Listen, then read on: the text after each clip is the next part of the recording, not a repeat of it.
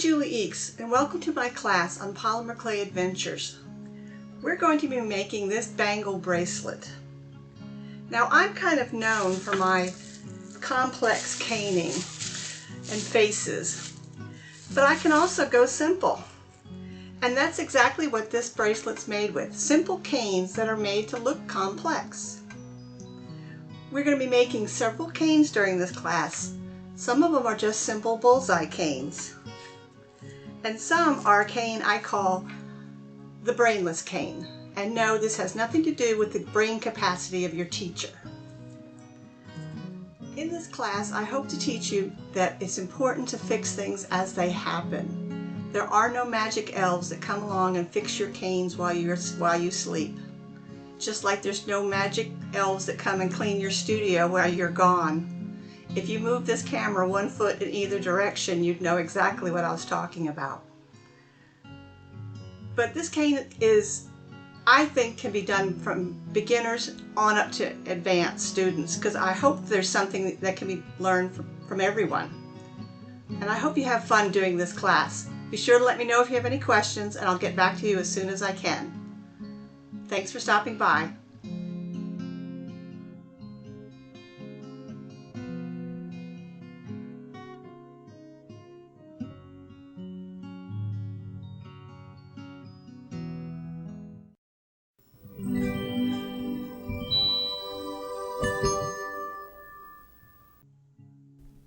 So let's get started. For this class, we're going to be covering a bangle bracelet with cane slices. We first need to create this bangle bracelet. Here's one I've already created that's made entirely of scrap clay. In order to do this, these are the things you're going to need. You're going to need some scrap clay. I recommend Kato or Primo or some other high quality polymer clay because we need the form to be very strong. You will need a bracelet form to form your bangle on. I like to use cookie cutters. They come in several different sizes and you can find the one that fits your wrist. For me, I use the 3-inch size. You'll need some paper, some scissors to cut the paper, a straight edge, a little piece of tape, one of two different discs for your Makin's polymer clay extruder. The first one is a semicircle that comes with the extruder. The second can be found in extruder set A. We'll make a larger bangle with a higher profile. This is 1/4 of a circle. And later, after baking, we will need sandpaper.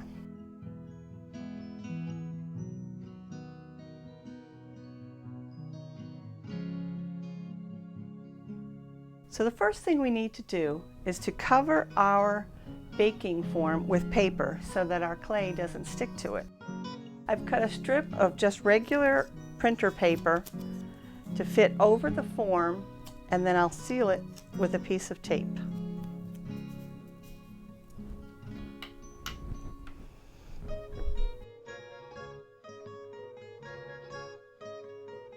Let me give you a little few tips about my extruder here. Yours may not look like this. This was a great little gadget that I bought at a retreat several years ago, but you could probably make one yourself. It's a piece of wood with 2 pipe fittings attached to it, and then you slip your extruder in there. When I'm doing a lot of extruding, I'll take this and clamp this to the table. If I'm only doing a little bit, I find it's easier to hold onto the wood block than it is to the Makin's barrel. Just a little tip that I have for you. So I'm going to take my scrap clay that I've rolled out into a tube and insert it into my Makin's extruder. I'm going to go with the larger disc and put it on the top.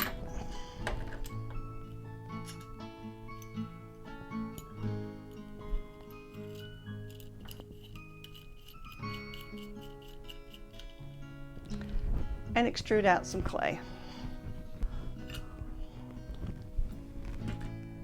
Now I have my clay extruded from the Makin's extruder.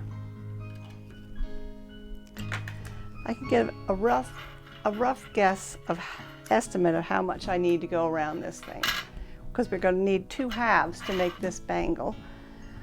I'm going to cut it in half. Now that you have your 2 extruded pieces cut, we're going to join them together. This is going to form the curvature of the bracelet. So I have the 2 halves, and I'm going to join them together to make that semicircle.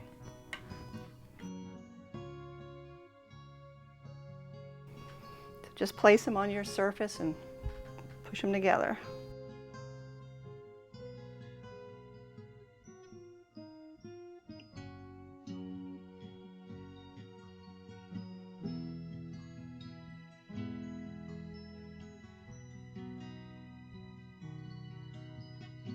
Trying not to distort that curvature.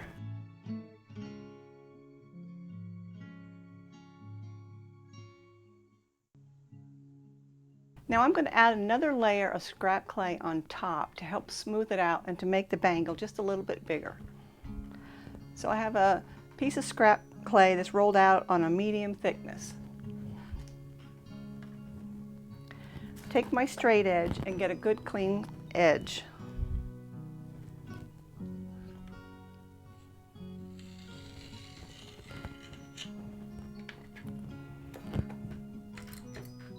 Cut the excess off.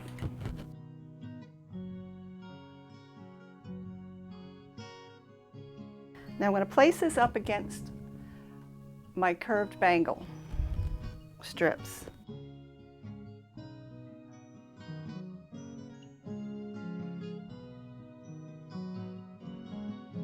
Trying to make it flush with the work surface.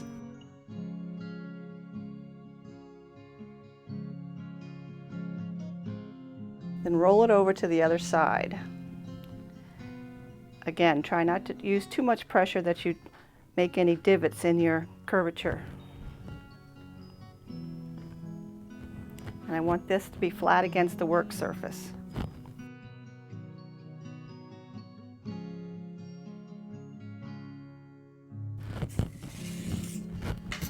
Carefully pick it up and flip it over. And join it to that edge.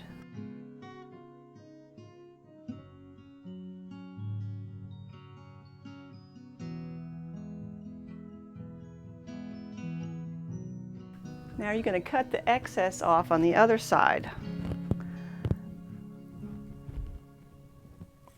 Trying not to cut any of the extruded part.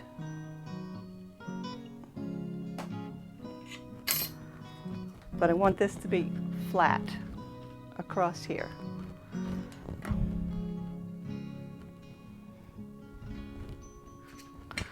If you get any that's a little too high, just trim it off. And make sure it's adhering to your 2 extruded strips.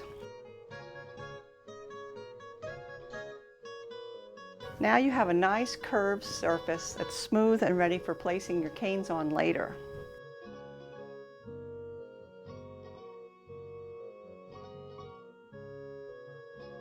Now you want to give yourself a beveled cut for the seam for your bracelet. So at one end, go down at an angle.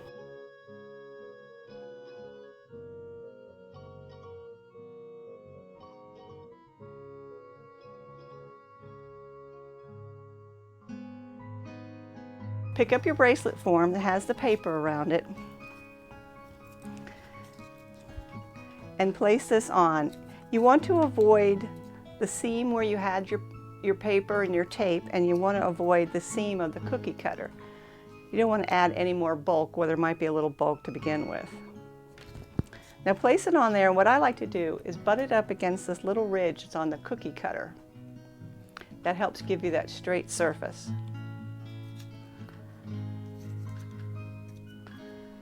Just wrap this around for initial measurement and just get a judge for how far you want to cut. You know you want your bevel cut to end right here.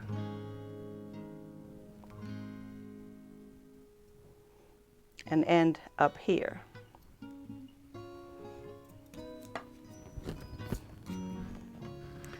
So I'm going to bevel it the opposite angle on this side, trying to hit that mark. Let's see how we did.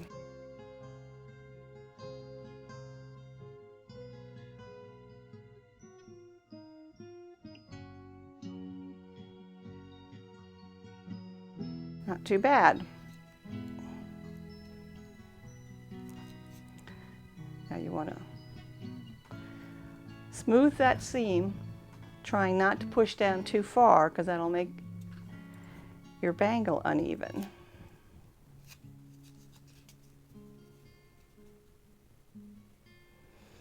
We're going to sand this when it's out of the oven anyway, so don't worry about if it's not perfectly smooth, because you don't want to distort your shape.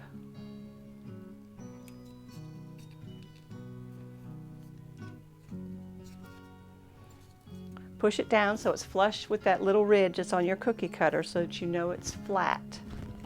By flat, I mean against this way.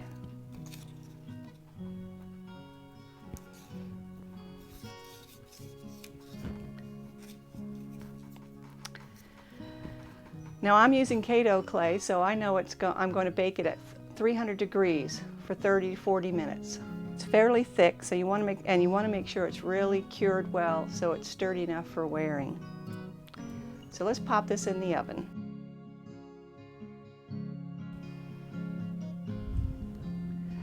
So here's my bangle out of the oven. I removed it from the form and it's all baked. It's very hard. It's also a little big. Now I know I'm going to add a decorative sheet to this inside, but I also know that it's going to be thin, and that will make it too big if I don't increase the inside or make this bangle just a little bit smaller for my wrist. So I'm going to sand it smooth, sand where that seam was, and make sure there's no imperfections. If there's a gap in here, you might want to dab a little scrap clay in it. And then I'm going to add a sheet of scrap clay to the inside and bake it again to get it down to the size that I want it to be. Now I'm going to add a thin strip of scrap clay to the inside to make it a little bit smaller to fit over my wrist. Since I'm adding raw clay to baked clay, I need to add something to make it adhere better. I often use Genesis extender medium, liquid polymer of any kind. This is Kato, but you could use Primo, Fimo, whatever you have, or poly paste. I like to use poly paste for this project because poly paste is a little bit stickier and helps the clay stick to the inside of the bracelet.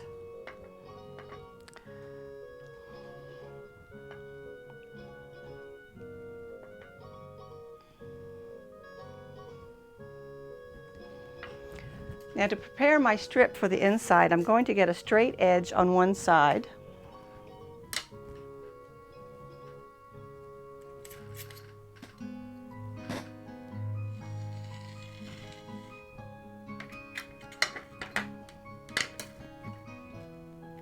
And a clean cut on one end.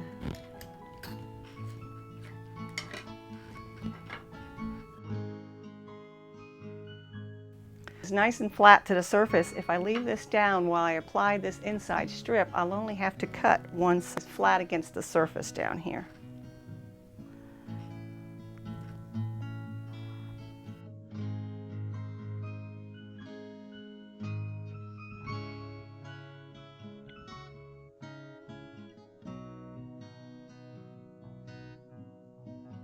Around, just like when we rolled our bullseye canes, I'm going to overlap it a little bit and press it with my thumb so it will leave a little mark so I'll know where to cut it.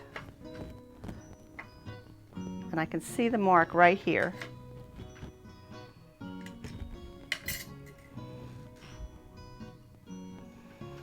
And again, concentrate on getting the seam together first. And getting the seam together, and then if it needs to stretch it out or work it in, you can do that. Push it down so it's meeting the surface, and then push it up against the bracelet.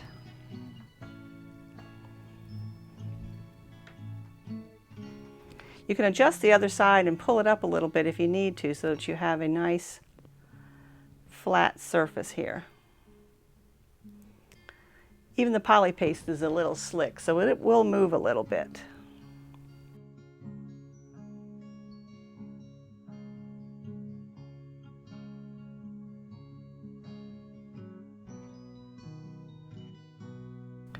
Then on the other side, if you take your blade and kind of go in at an angle, and I like to make short little choppy cuts until I can get down there flush with the bracelet, and then I can just cut the excess away, and then I can also drop it.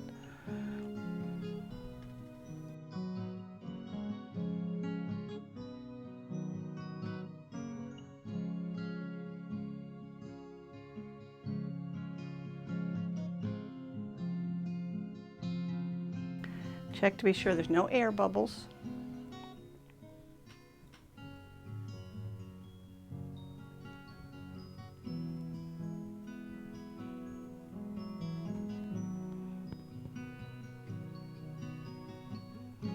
Make sure it's adhering to the baked bangle.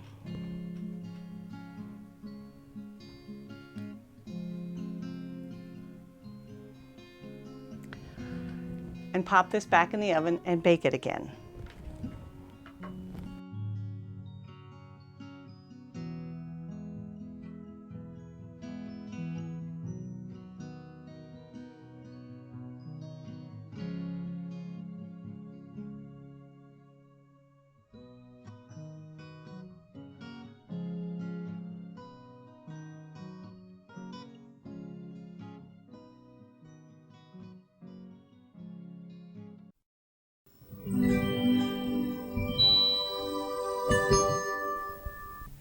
Here are some of the different canes we're going to make in this class.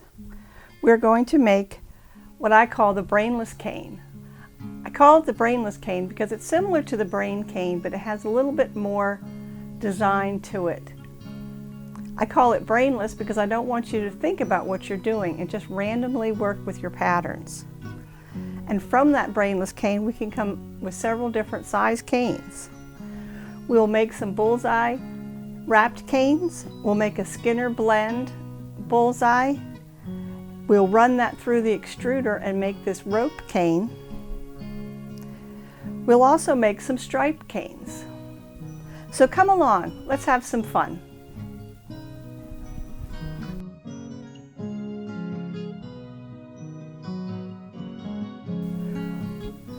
In addition to your basic polymer clay equipment, you're going to need a few extra things. I use Makin's polymer clay extruder, but you can use whatever extruder you have. You'll need a square disc and a diamond disc. You will also need a burnisher. My favorite burnisher is this doorknob that goes on a cabinet. You can pick this up at any large home improvement store. It's flat but has rounded edges so it doesn't gouge. You also need some deli wrap. This is the waxy kind.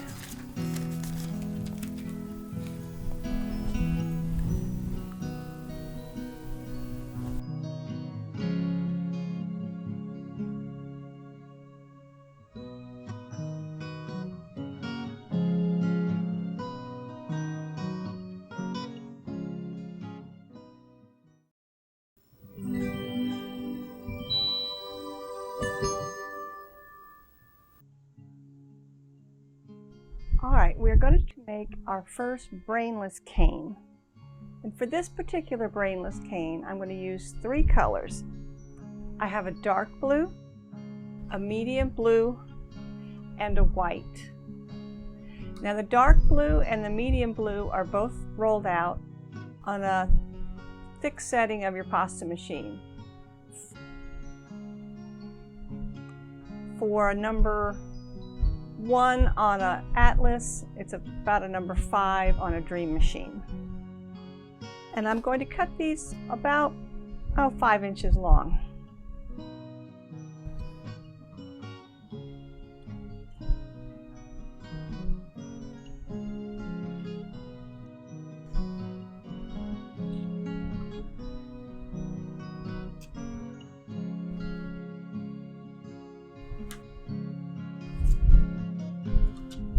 And I'd say that's about 2 inches wide.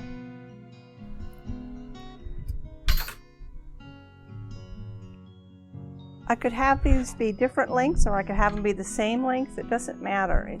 Each one's going to be a little different.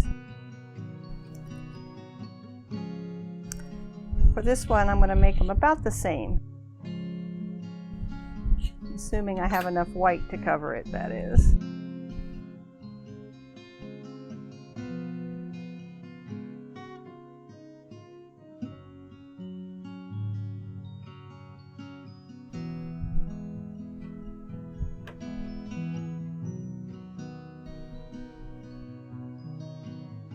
Now I have a strip of white that's a little bit thinner. This is about a 7 on a Dream Machine, whatever would be a thinner on your pasta machine. And lay that strip on top of your 2 colors. Starting at one end, press it down, and then with your hand swipe it across, and you'll get less air bubbles this way.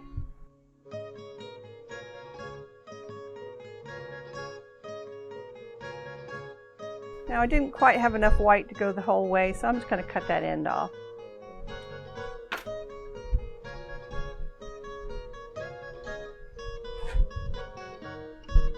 If you need to trim your white any, go ahead. Mine fit pretty good, so I don't need to. Now I'm going to remove this from your work surface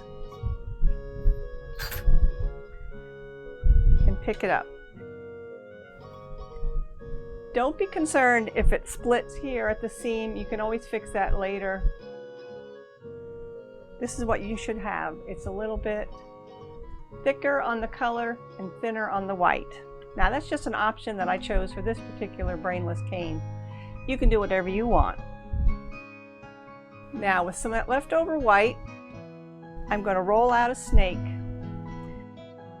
For this cane, I decided to use white. I could have used the medium blue, I could have used the dark blue, I could have used black, I could have used a lighter blue than my medium blue. But I decided I just wanted to use white. So I'm just rolling it out, trying to keep it an equal thickness. And I'm going to cut segments that are equal to my cane.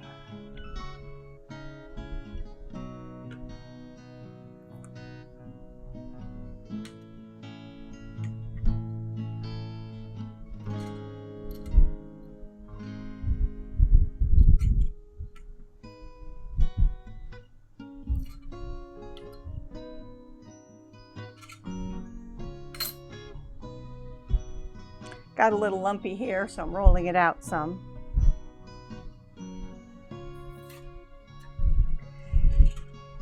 All of these snakes don't have to be the same thickness. They just have to be the same from here to here, because your cane's going to go along this way, and you want all your slices to be the same that way. I could have made them thinner and thicker just as long as they were the same from one end to the other.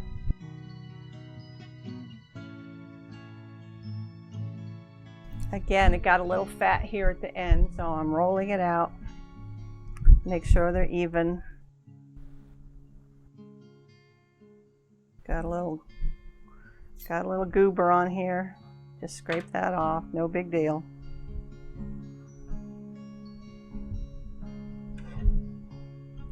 Now I don't know how many I'm going to need, because a lot of it, that's why I call it the brainless cane. It just kind of comes and goes as however you feel without thinking about it.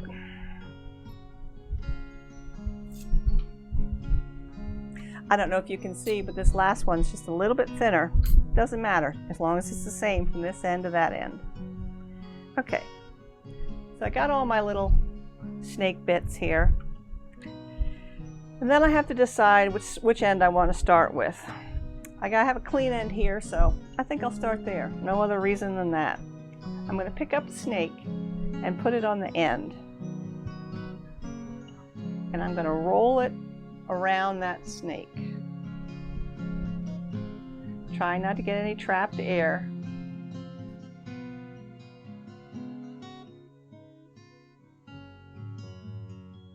Now I flip it over to the other side. I'm going to lay another snake. Again, I've chosen to use just all white. I could have used a different color here, a light blue or a dark blue, as I said before. But I'm going to take it and flip it over.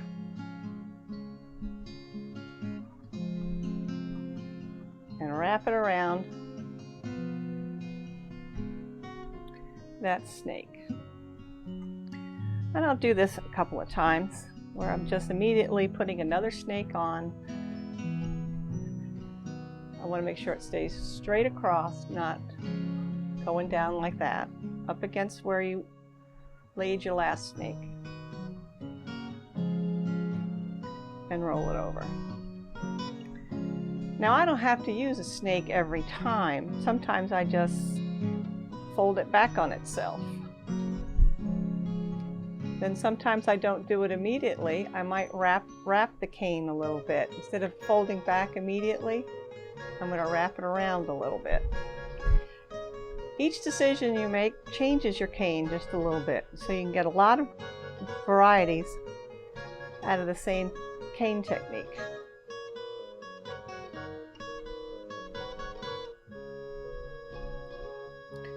My clay is cracking a little bit here. Don't worry about it. Just push it down with your hands. I like Kato clay because it's stiffer, but it is a little drier, so you'll sometimes have a little cracking. Also depends on how old your clay is. If you open up a brand new fresh package, you might find it a lot softer. All right, so let's see. Okay, now I've gotten into the dark blue now. Just gonna lay a snake wherever I feel like laying one.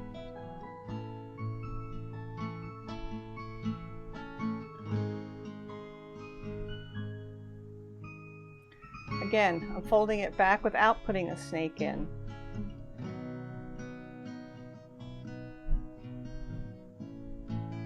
Wrapping it around. I think I'll put... I kind of lay my thumb down and get it ready for where I want to put the snake, just so it has a little place to rest. Keeps it going straight across better. Wrap it around.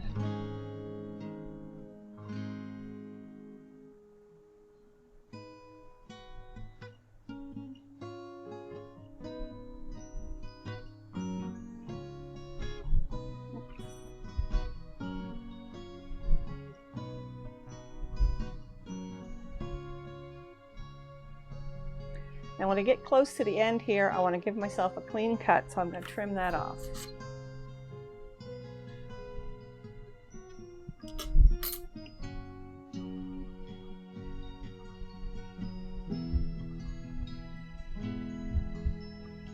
And I don't think I have enough to wrap one, so I'm just going to go like that.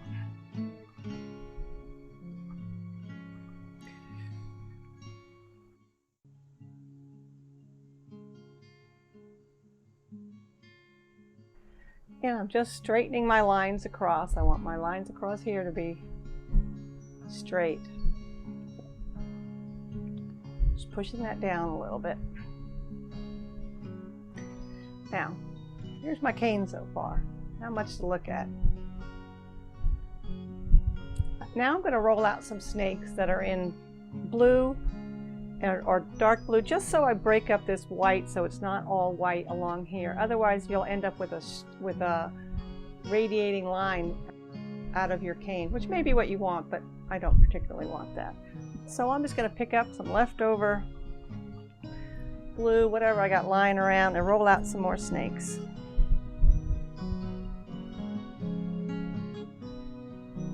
That ought to do it. Just cut a few of these.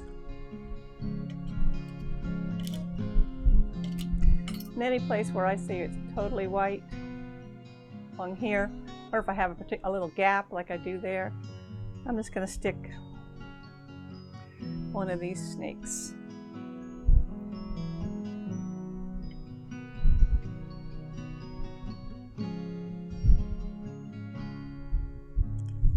So put one there, one here, maybe one down here in the bottom.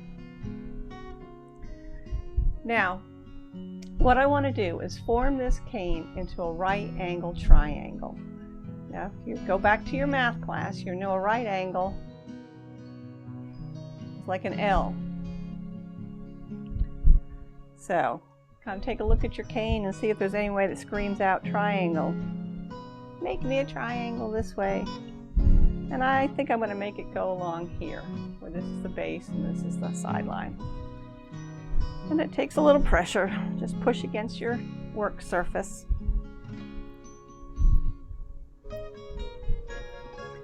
I'm not really reducing my cane any, I'm just shaping it into a right angle triangle.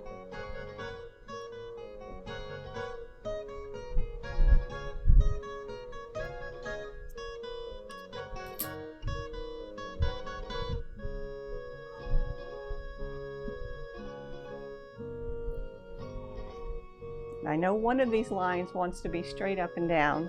This will be at an angle, and the other one would be straight up and down.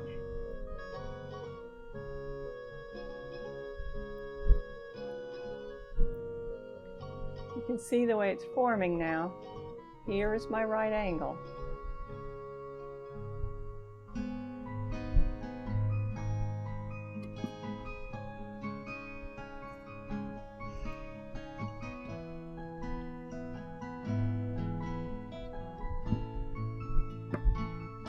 Again, look for that line to be going straight up and down. And this line to be going straight up and down.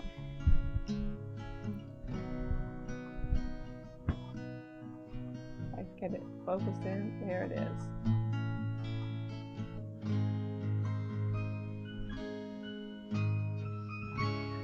I'll cut it. Maybe we can see it better.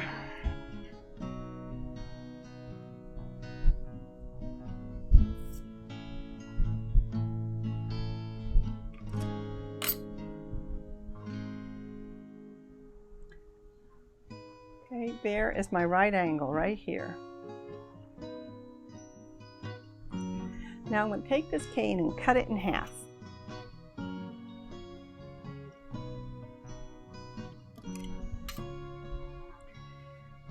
And you have a couple decisions you can make now.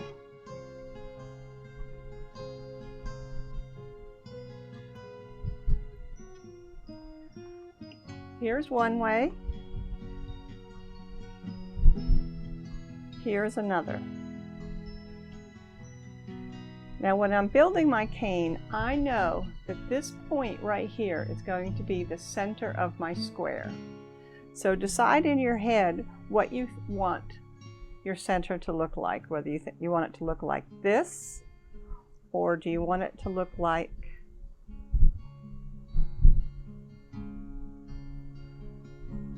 that. I think I like that, so I'm going to go with this formation. Now when I go to put two canes together, what I do is I start at the bottom and join up those registration marks. I have a registration mark here in this stripe. Oops, let me get it back together the way I want it. Okay. So first of all, I want to make sure that they're the same size. And I'm going to match them up at the bottom. And I can see that that doesn't want to, I see where this has gotten a little bit smaller at this end. make them match. They're not going to magically correct themselves, so go ahead and get them to the same size now.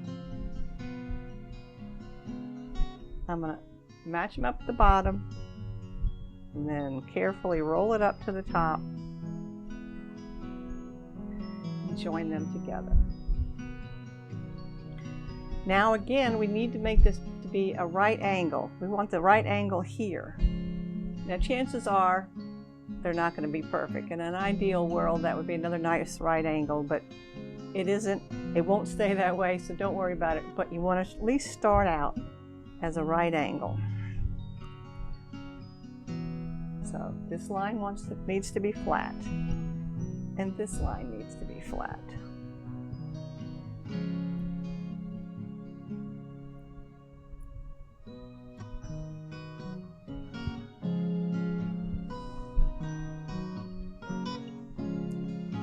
Now, go ahead and take a slice off the end.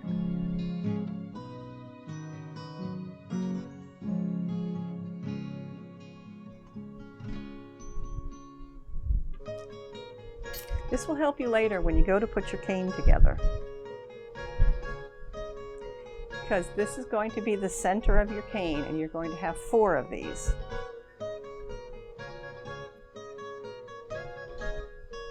Suck that off a little bit.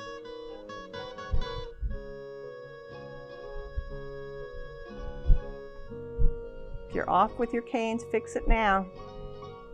No point in trying to hope it comes out later. There, I like that better. Check it on both sides.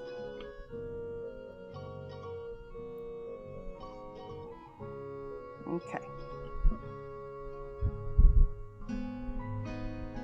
Okay, we are going to now reduce this so that we can cut this into 4 equal segments.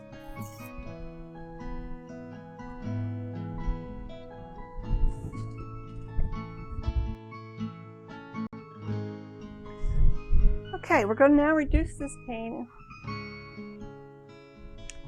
until we can cut it into 4 equal segments.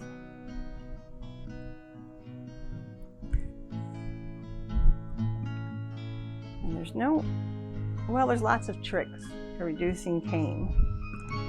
Go slow, go steady, and exert firm pressure. I always tell my students, when reducing canes, think of it as deep tissue massage. You don't want to just massage the top layer. You want to really get down into the center of the cane, so you're using some force.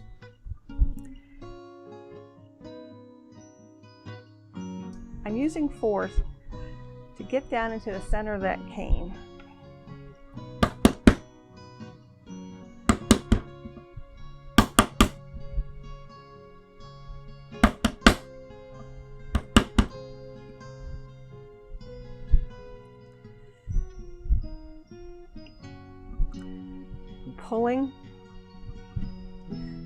Pulling from the center, and stretching out to the ends. Using that deep massage technique of pushing down hard to get to the center, so the whole thing is moving, not just the surface.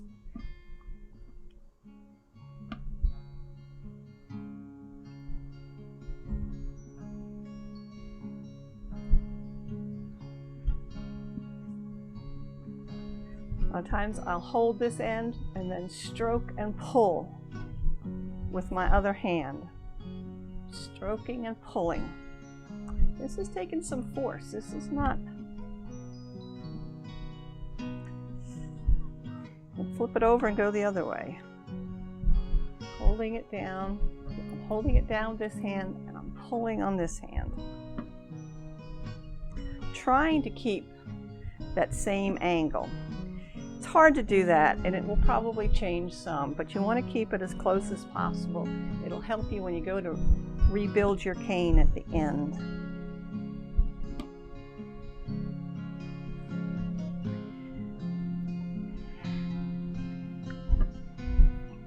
One thing you have to get used to when you're a caner is you're gonna have scrap. Live with it. That's what I say.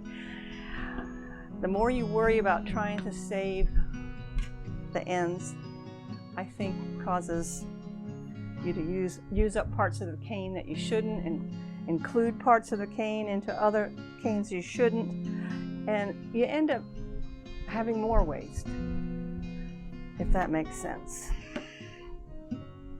Flip it over. Again, I'm going to go for that straight up and down line because I know I want this to be a right angle triangle.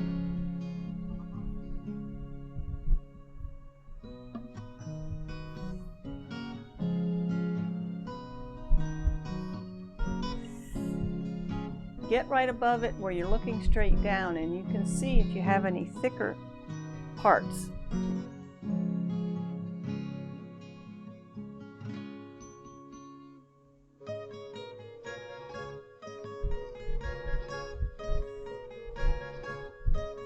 One advantage of using monochromatic caning like this with all the blues, that when I cut off my end pieces, I'll just mix those together and have another shade of blue that I can use in another cane. Because this bracelet's going to take several different canes, so you're not really going to have as much waste as you think. So I want to get clean ends on both sides. Take a look at them and see if they appear to be about the same size or not. This side over here looks to be a little bit bigger. I got to fix that.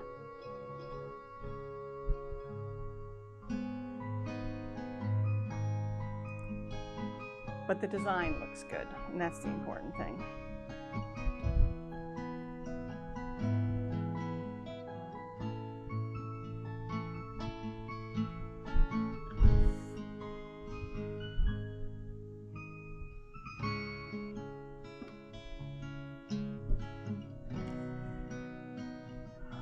I'm going to cut this into 4 equal segments. If I were the type to measure, I would get out a ruler. I'm not the type to measure. Sometimes you have to measure, sometimes not so much.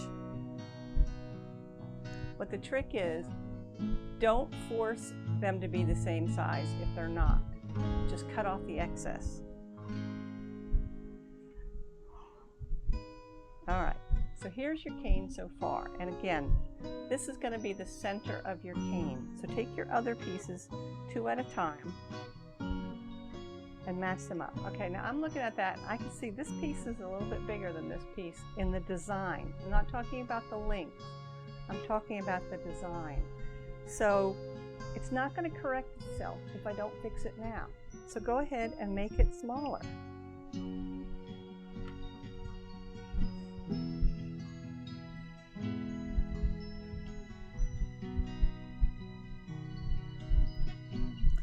Now it may end up being a little bit longer than the other piece, but I don't care. I'm just going to cut that off anyway. But if you try to force that bigger piece to the same length as this one, you're going to have a problem. Now again, I'm going to match it up. I have this one registration line to go by.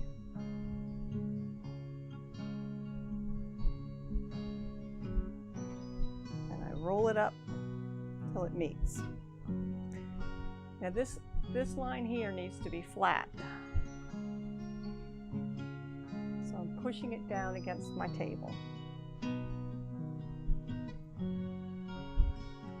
Also want to smooth out any seam that's in there.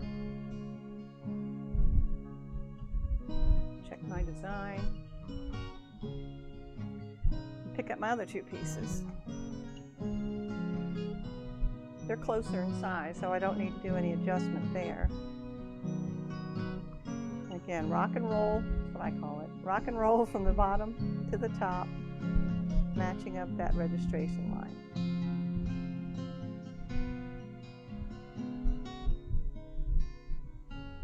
I don't like this is a little bit bigger, so I'm going to make it a little smaller. As much as I'd like little L's to come around and fix my canes, it's not going to happen. I have to do it.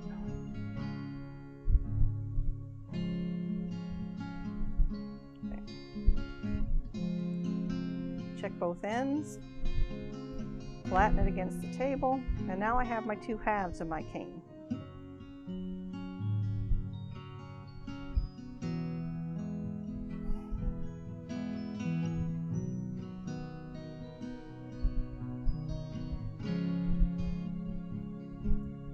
I'm going to join my two ends, my two halves,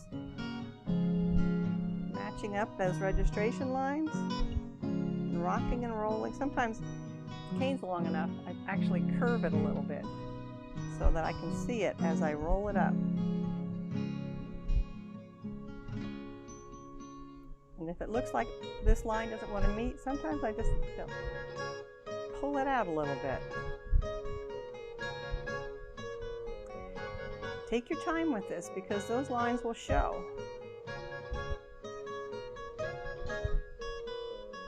And you want those lines to meet.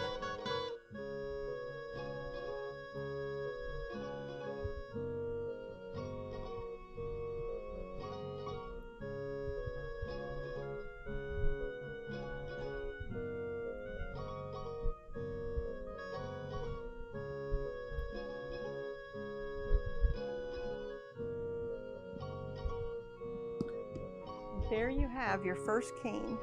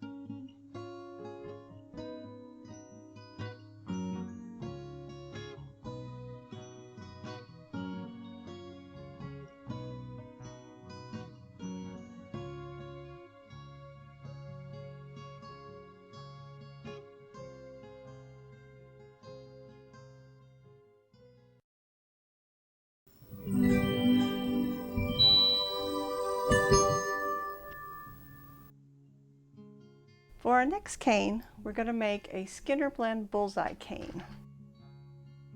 Start with a Skinner Blend that goes from medium blue to light blue. I generally don't do my Skinner Blends all the way to white because I think the white overpowers the cane too much. Starting with two squares that are rolled out on a fairly thick setting of the pasta machine. These two were done on a number 2 on my Atlas machine. I cut them diagonally offset from the center, not from corner to corner, but offset. Take them and stack them.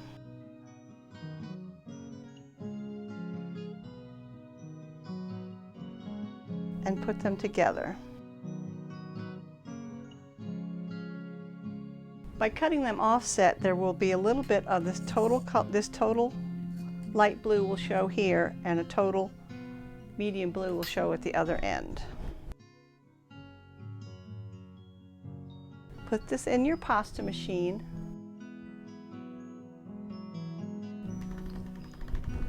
And roll it through. Bring it out, fold it in half, and repeat.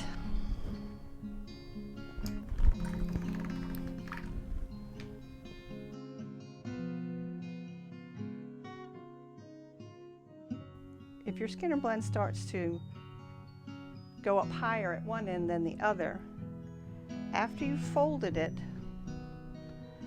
pull some of the clay from this section over towards this section that's lacking a little bit of the clay.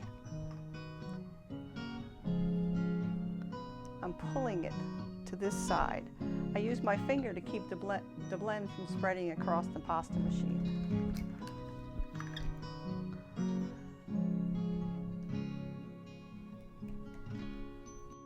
Also, I can flip it periodically if my rollers are not exactly even.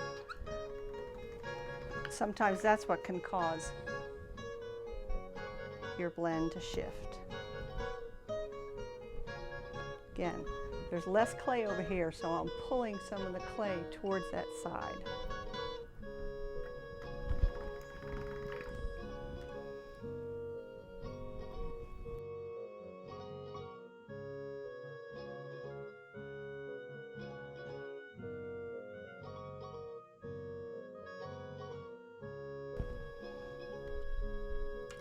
There, that's looking pretty blended for me. I'm now going to fold it in half one more time, but rather than feeding it into the pasta machine this way, I'm going to feed it into the pasta machine this way.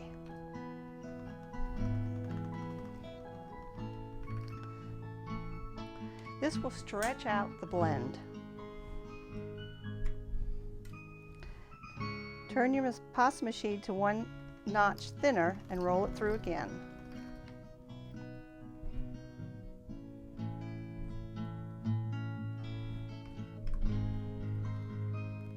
And again.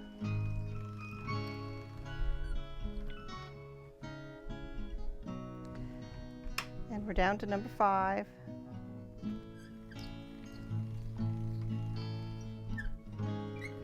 And that's probably about as thin as I can get it on this very hot day.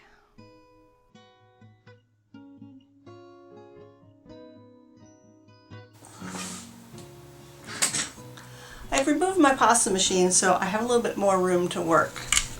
And I have this rather long Skinner blend. And I want to roll it up starting at the lighter side.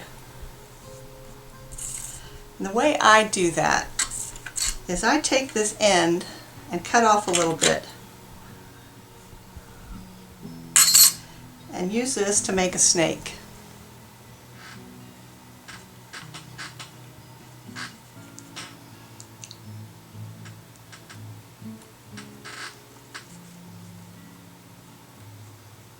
The snake needs to be the same width of my blend. And I lay it across the very edge. Now I have something for the Skinner blend to hold on to. And using my blade, I lift it up, curl it around that snake until I can get it to start to roll.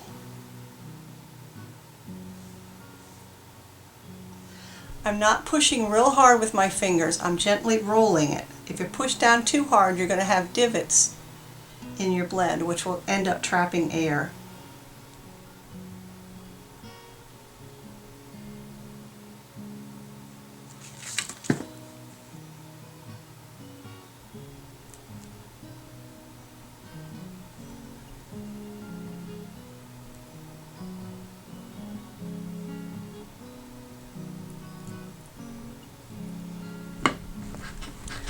Roll it to smooth the seam.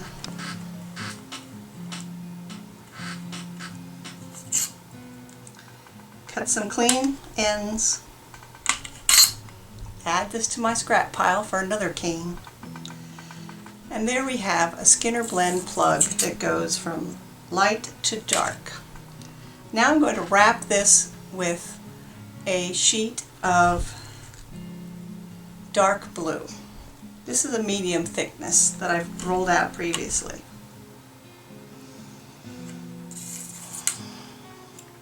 And this is the way I wrap all my canes. You want to start with a clean end, so cut away straight across.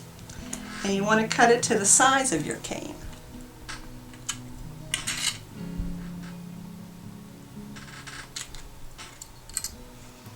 Get your blade underneath and lift it up.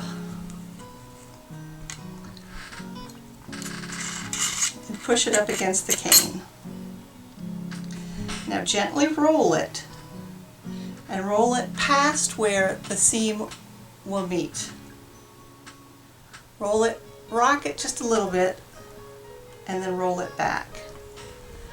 Now I don't know if you can see that, but there is left a little indentation along this strip, so I know exactly where to cut to make it fit. Now I pick it up, and rather than just continuing rolling, if I start with the seam first, I can ease in any kind of extra clay that I might have.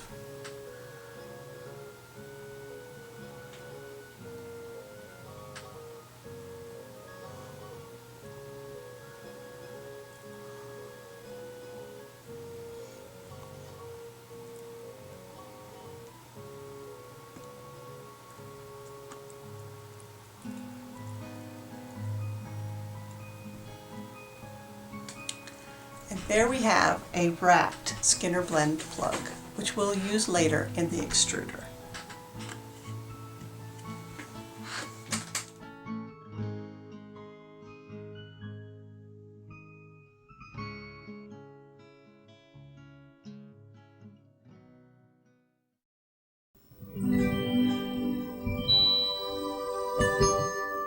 The last two canes I'm going to teach you how to make are simple. They are a striped cane and a bullseye wrapped cane. To make a bullseye wrapped cane, we're going to start with a light clay, some light blue that I have, and I've rolled it into a snake and got myself a clean end. I'm going to wrap that with some dark blue.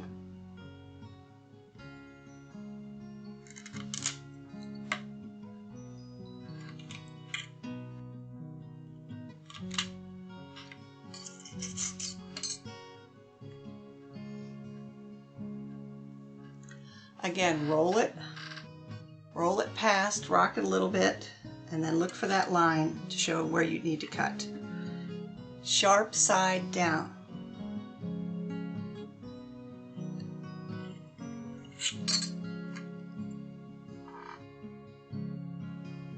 Worry about the seam first, and then ease in any clay that's extra.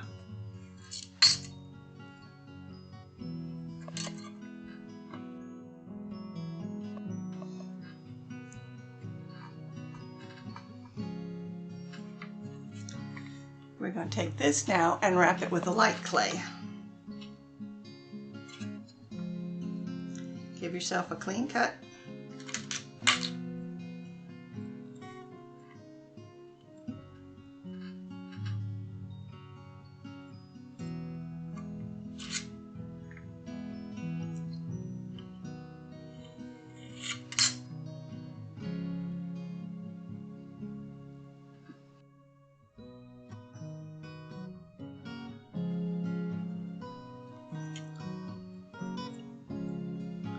Just made it to make a second wrapping. You need to pull it on a little bit.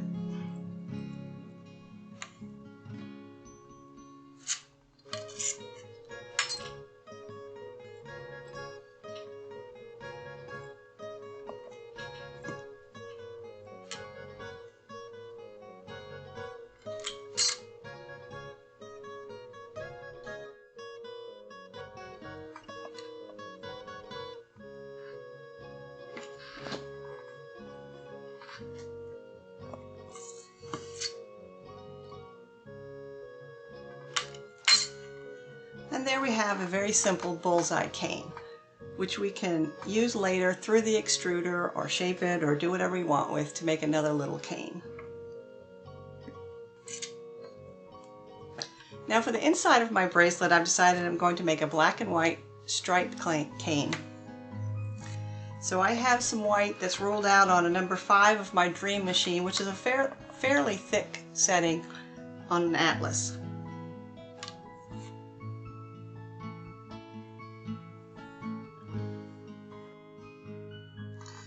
Trim it.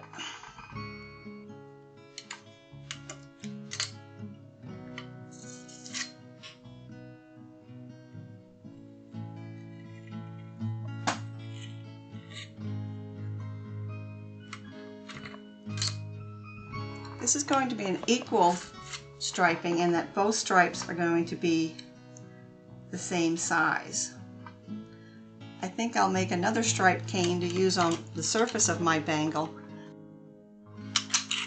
that's not an equal stripe, where one stripe is fatter than the other, just to add a little more interest.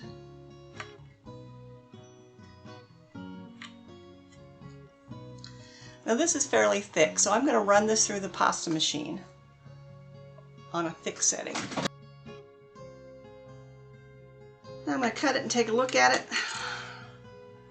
And I think I want to go down one more thickness, make it a little bit thinner.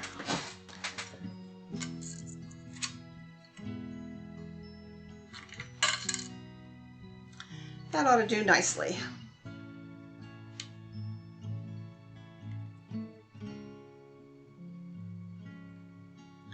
Now I'm going to stack these on top of each other.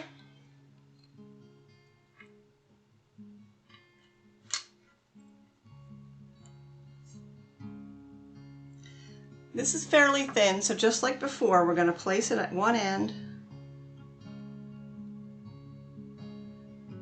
Then use your hand as you apply the two.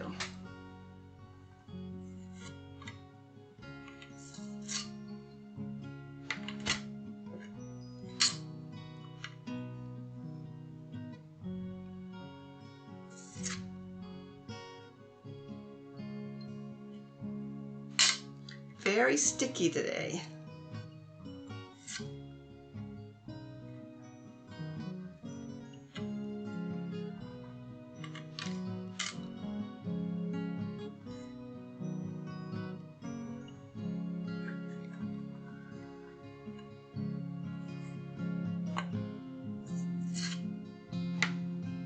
I may even break out the ruler for this.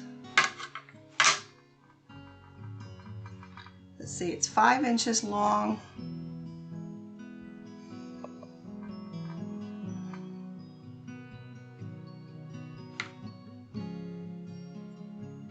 Let's do it into 5 pieces.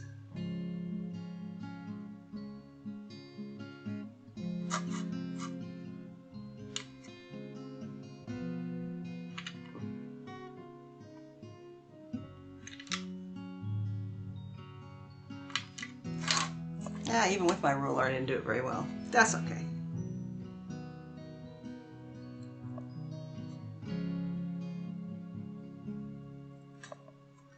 Just stacking them on top of each other.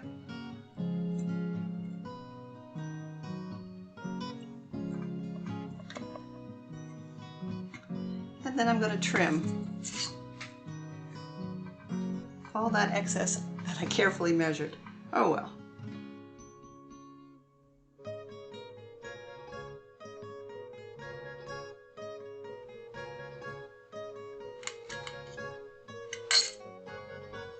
More for the scrap pile.